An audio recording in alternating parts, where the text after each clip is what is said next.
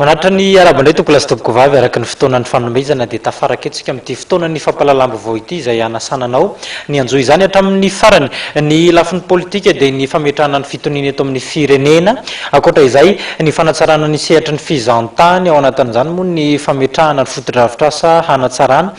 ny fandraisana ireo mpizahatany sy tonga hitsidika ny Madagasikara ny sehatra ny kolosaina kosa indray dia ny fanamarian'ny zanandranavalona ny taom-baovao malagasy izay tanterahantsika ny amin'ny tapatapaka ny volana Jolay ihany hoany dia ireo zany santionana amin'ny vaovao entina amintsika ary dia manasanao anaraka izany hatramin'ny farany manamafy ny antso ho an'ny fitoniana ny filoham-pirenena Rajaonary Mampianina raha nitafa tamin'ny mpanao gazety androany teny Ivato teny tafiditra ao anatin'ny fametrahana ny fitoniana maritra eto amin'ny firenena ny fiaonany tamin'ny vovonana politika armada na ny Alliance républicaine de Madagascar.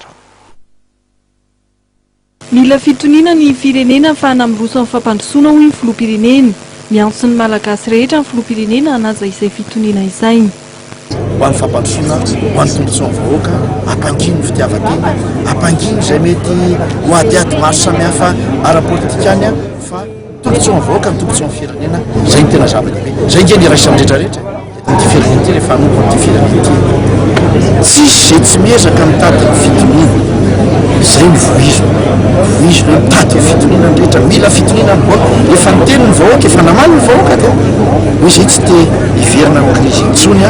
andao ajaintsika izay mandroso isika ho amin'ny asa fampandrosoana. Ny alarobia 9 Jolay lasa teo dia niona tamin'ny délégation momba ny vondrona politika Alliance républicaine de Madagascar na niaraka madame filoham-pirenena Rajaonary Mampianina. Fiaonana izay raha nitatitra nataony dia nijerena ny lalana ampisy fitoniana eto amin'ny firenena.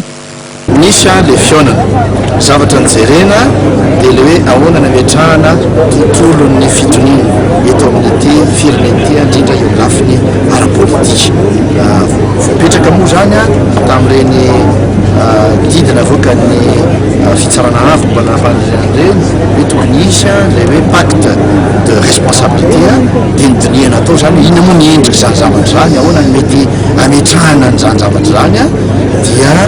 zany manisan'ny votoatiny teo samy mieritreritra samy misintona lesona tamin'ireny vokatry ny zavatra anankiroa izay niseo teo reny hoe nisorona ny filoha